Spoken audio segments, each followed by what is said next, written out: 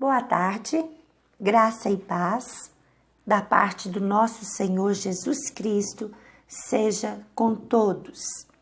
Hoje nós damos início ao capítulo 7 do Evangelho de Mateus, a partir do verso 1, e eu tenho como título O costume de julgar os outros. Não julguem os outros para vocês não serem julgados por Deus, porque Deus julgará vocês do mesmo modo que vocês julgarem os outros e usará com vocês a mesma medida com que vocês usarem para medir os outros. Por que é que você vê o cisco que está no olho do seu irmão e não repara na trave de madeira que está no seu próprio olho? Como é que você pode dizer ao seu irmão: me deixa tirar este cisco do seu olho, quando você está com uma trave no seu próprio olho? Hipócrita, tire primeiro a trave que está no seu olho e então poderá ver bem para tirar o cisco que está no olho do seu irmão. Jesus está dizendo aqui para nós que todos nós somos falhos. E esse ato que se torna em costume, um costume feio, um hábito horrível, que é o de julgar as pessoas. Aquele que julga as pessoas, mas não somente julga, ele condena. Isso é diferente. Então ele julga, ele condena, porque ele pede ao irmão para que deixe tirar o cisco que está no olho dele. Então ele está julgando e ele está também condenando.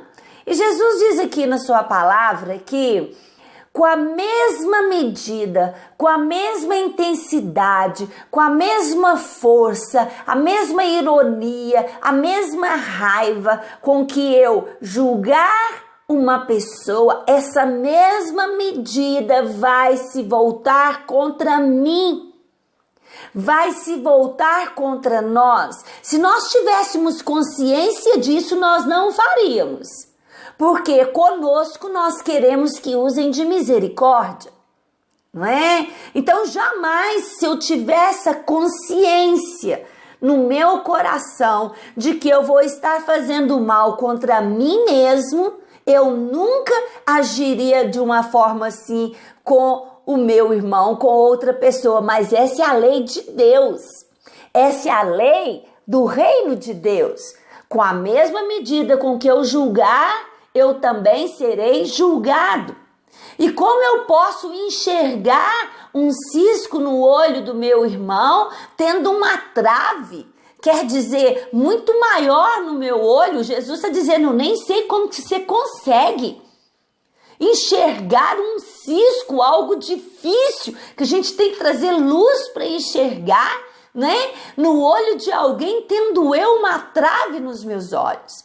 Nós temos o hábito, o costume de ver o pecado do outro como grande e o nosso como pequeno.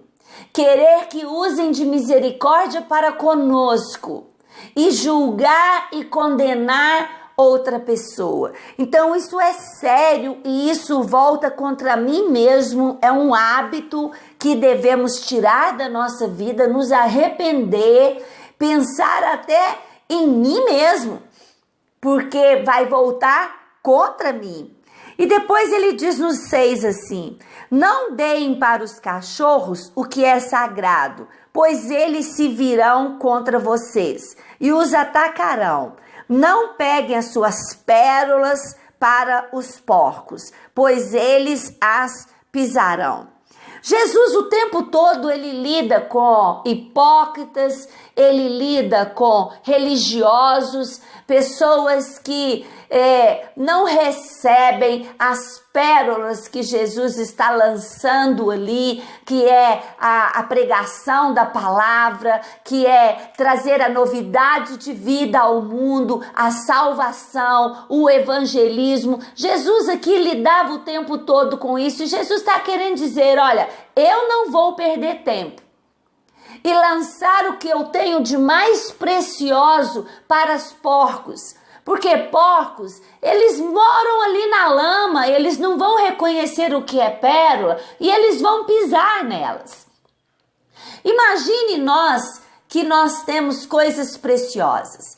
Temos um dinheiro numa conta bancária. Você daria a sua senha para uma pessoa que você não confia? Não, nós não fazemos isso. Nós não lançamos o nosso dinheiro, o nosso salário, que é precioso para nós, para outras pessoas que nós não confiamos. Na verdade, para quase ninguém, né? Nós daríamos a nossa senha. Mas Jesus aqui também não está querendo dizer, né, para alguns acomodados aí, então eu não vou pregar, não. Não é eu que vou avaliar quem é que não vai receber bem a palavra ou quem não vai aceitar a palavra de Deus.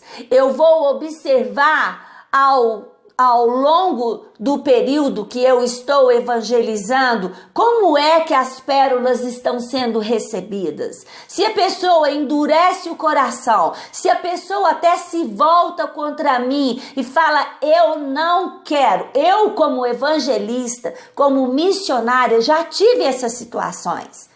Eu vou lançando pérola, eu vou pregando a palavra, até que eu até percebo que a pessoa não está querendo mais. Mas quando ela diz, eu não quero mais, ou ela se volta contra mim, eu deixo de lançar as pérolas. Mas eu nunca deixo de orar e de interceder pela vida dessas pessoas.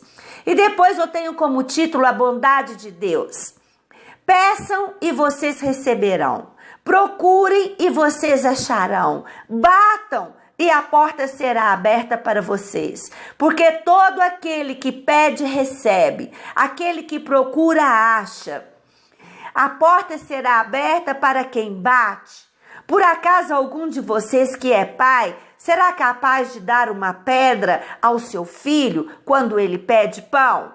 Ou lhe dará uma cobra quando ele pede peixe? Vocês, sendo maus, sabem dar boas coisas aos seus filhos. Quanto mais o Pai de vocês que está no céu dará boas coisas ao que lhe pedirem. Veja bem que aqui nós temos algumas, vamos dizer, intensidade de oração. Né? Eu preciso perceber isso na minha vida espiritual. Quando é hora de pedir, quando é hora de clamar, quando é hora de insistir, de bater, de levantar um propósito, de levantar um jejum, né? Então aqui nós temos uma intensidade no meu orar, uma estratégia de oração.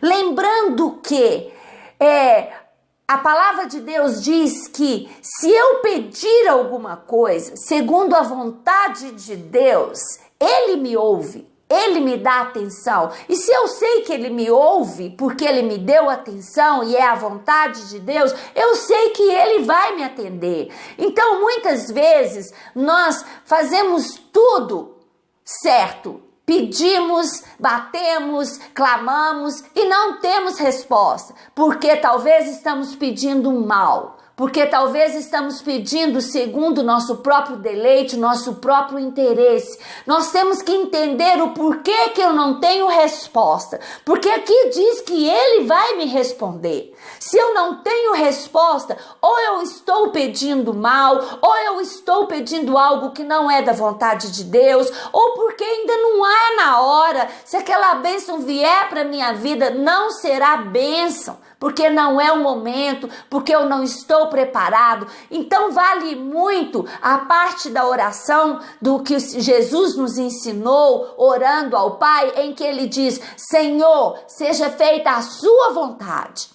Depois que nós oramos, depois que nós pedimos, depois que nós clamamos, depois que nós batemos, nós oramos e falamos: mas Senhor, seja feita a sua vontade, porque ela é boa, ela é perfeita e ela é agradável. E eu sei que o Senhor vai te ouvir, que o Senhor vai te abençoar. Ele nos abençoa porque Ele é Pai. E Ele compara um pai ao filho aqui.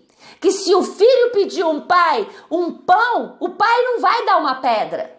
Ou se o filho pede um peixe, o pai não vai dar a ele uma serpente. Nós, sendo maus comparados a Deus, sabemos fazer o bem aos nossos filhos, quanto mais o Pai Celestial não fará o bem, não nos dará aquilo que nós pedimos. Amém? E ele diz assim: façam aos outros o que querem que eles façam a vocês, pois isso é o que quer dizer a lei de Moisés e os ensinamentos dos profetas. Queridos, se nós colocamos essa palavra em prática, nós cumprimos os mandamentos, nós amamos o nosso irmão, porque o que eu quero para mim, eu desejo para o outro. Eu desejo algum mal para mim? Eu quero que eu seja machucada, prejudicada, fique no prejuízo? Eu quero alguma coisa ruim para mim? Claro que não! Então aqui é um ensinamento que fecha a questão, que põe ponto final na questão, porque eu devo querer para o outro aquilo que eu quero para mim. Com certeza eu não vou ter inveja, eu não vou desejar o mal, porque jamais eu desejaria ou gostaria disso para mim. E depois eu tenho assim, olha, os dois caminhos. Entrem pela porta estreita, porque a porta larga e o caminho fácil levam para o inferno. E há muitos que entram por esse caminho. A porta estreita e o caminho difícil levam para a vida e poucas pessoas entram nesse caminho. Quando eu estou evangelizando, e as pessoas costumam dizer assim: ah, mas Deus é amor. Ah, mas Deus ama todo mundo. Eu digo sim, é verdade. A palavra de Deus diz que Deus é amor e Ele ama todas as pessoas. Mas existe um outro atributo de Deus. Deus também é justiça, Deus também é juízo. E Ele não vai usar de um peso e uma medida que não é conveniente para com a minha atitude. Ele está dizendo aqui um conselho. Ele está aconselhando, ele não está colocando como lei, ele aconselha. Entre pela porta estreita, porque estreito é o caminho que conduz para a vida eterna. Então eu pergunto: como está o seu caminho? O seu caminho é fácil? O seu caminho é largo? Dá para entrar com tudo que você quer carregar nele? Então esse não é o caminho que leva para a vida eterna.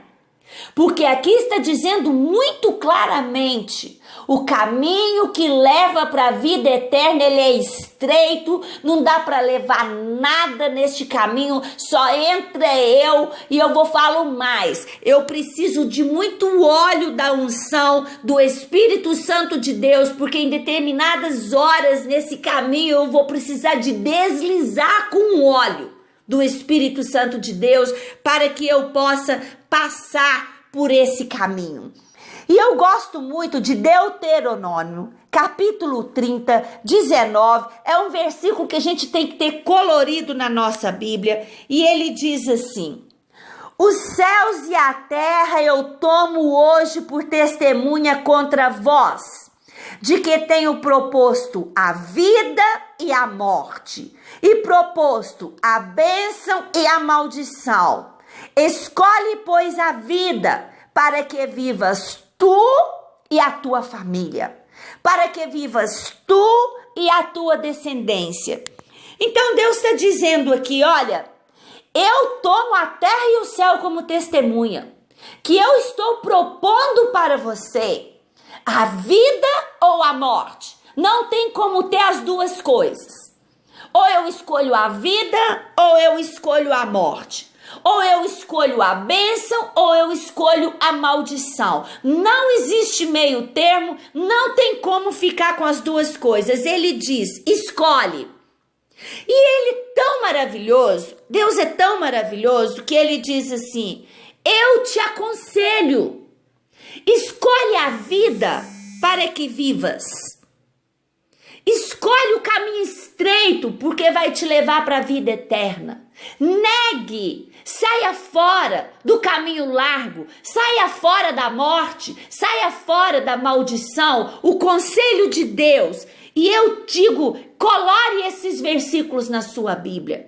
Escolhe, pois, a vida. O Senhor ainda nos dá mais esse conselho. Eu coloco uma escolha para você. Uma mão está a vida, na outra mão está a morte, numa mão está a bênção, na outra mão está a maldição. E Deus diz, escolhe a vida. Escolha viver, escolha a vida eterna, escolha a vida para você e escolha a vida para a sua família.